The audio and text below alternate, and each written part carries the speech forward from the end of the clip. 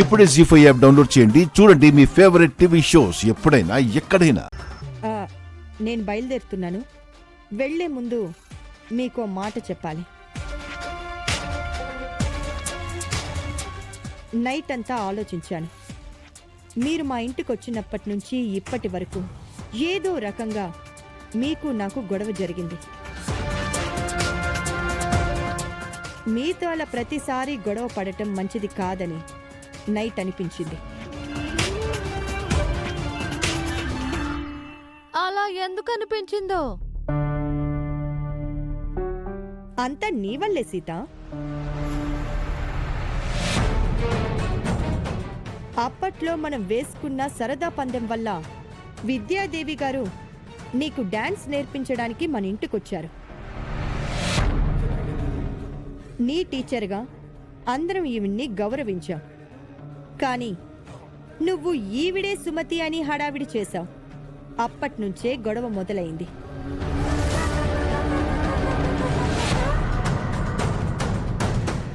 విద్యాదేవి గారు, సీత చిన్నపిల్ల. తన మాటలేం పట్టించుకోకండి. మీరంటే నాకు కోపం లేదు. లైఫ్లో మీరు ఎన్నో చూసి ఈ స్థాయికి వచ్చి ఉంటారు. ఈ వయసులో గొడవలు పడటం మీకు మాకు మంచిది కాదు.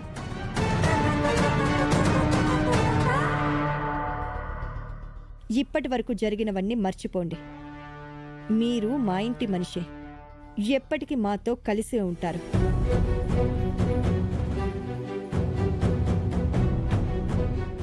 మహా ఎందుకు సుమతక్కతో ఇంత మంచిగా మాట్లాడుతుంది? ఇప్పుడు నేను నీతో మంచిగా మాట్లాడుతోంది, రేపు నాకు యాక్సిడెంట్ అయ్యాక అందరూ నిన్ను అసహించుకోవడానికే సుమతి.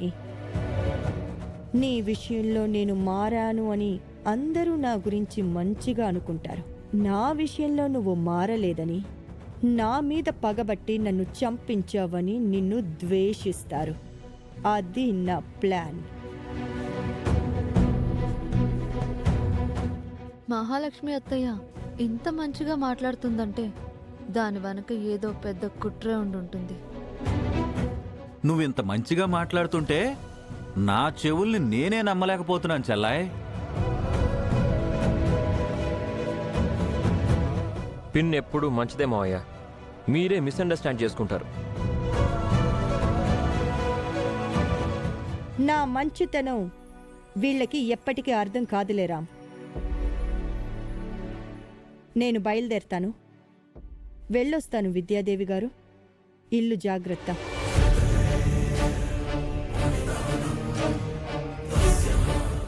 డ్రైవర్ని కూడా తీసుకెళ్ళట్లేదు. సేఫ్గా డ్రైవ్ చేయి మహా. డోంట్ వరీ జనా. డ్రైవింగ్లో నేను పర్ఫెక్ట్ అని నీకు తెలుసు కదా. బాయ్.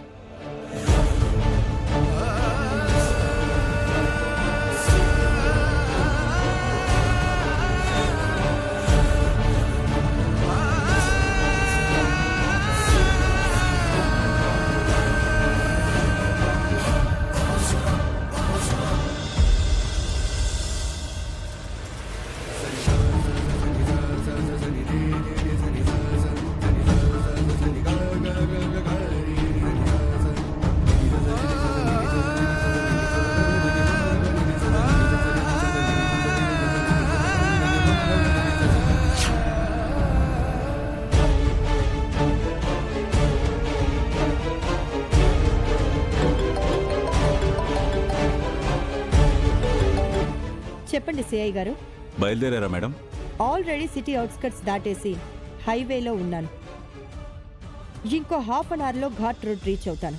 చాలా ఫాస్ట్గా ఉన్నారే. ఘాట్ రోడ్ రాగానే నా ప్లాను అమలు చేస్తాను. మీరు రెడీగా ఉండండి. నేను మీ పనిలోనే ఉన్నాను మేడం. మీ కారు లోయలో పడి బ్లాస్ట్ అవ్వగానే నేను రంగంలోకి దిగుతాను. మీ ఇంటికి వెళ్ళి సుమతిని అరెస్ట్ చేస్తాను. అంతా నేను చెప్పినట్టే జరగాలి.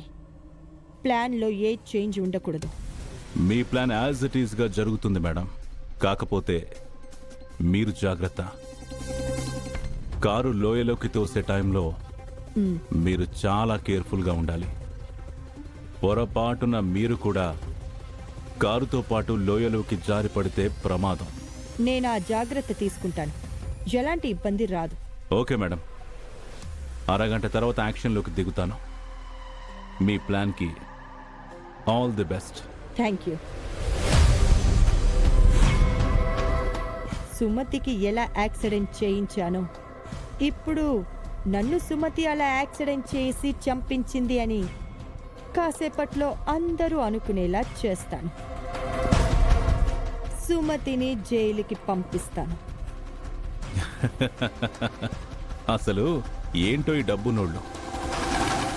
వీళ్ళకి డబ్బు ఉంటుంది కానీ బ్రెయిన్ ఉండదు.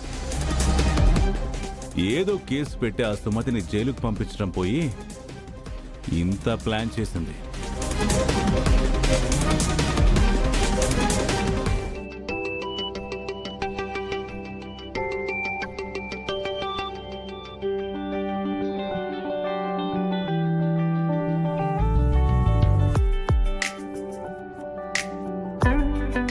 టెండర్ కొటేషన్ ఇదే ఫైనల్ అన్నానా?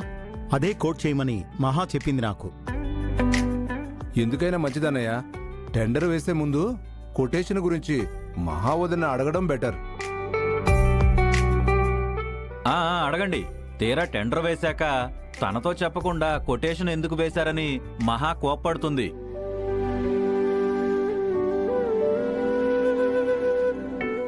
మహా జర్నీలో ఉంటుంది. ఫోన్ చేస్తే డిస్టర్బ్ అవుతుందేమో.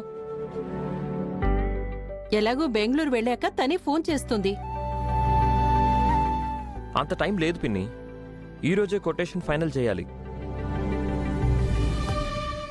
నా ఈ ప్లాన్తో సుమతి చాప్టర్ క్లోజ్ అవుతుంది.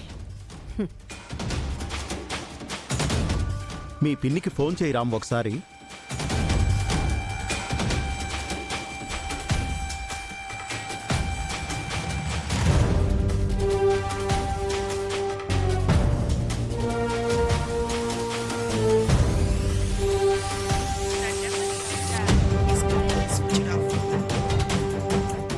పిన్ని ఫోన్ స్విచ్ ఆఫ్ అని వస్తుంది.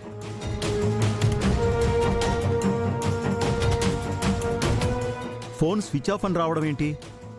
జర్నీలో ఉంది కాబట్టి సిగ్నల్స్ లేకపోతే నాట్ రీచబుల్ అని రావాలి కదా.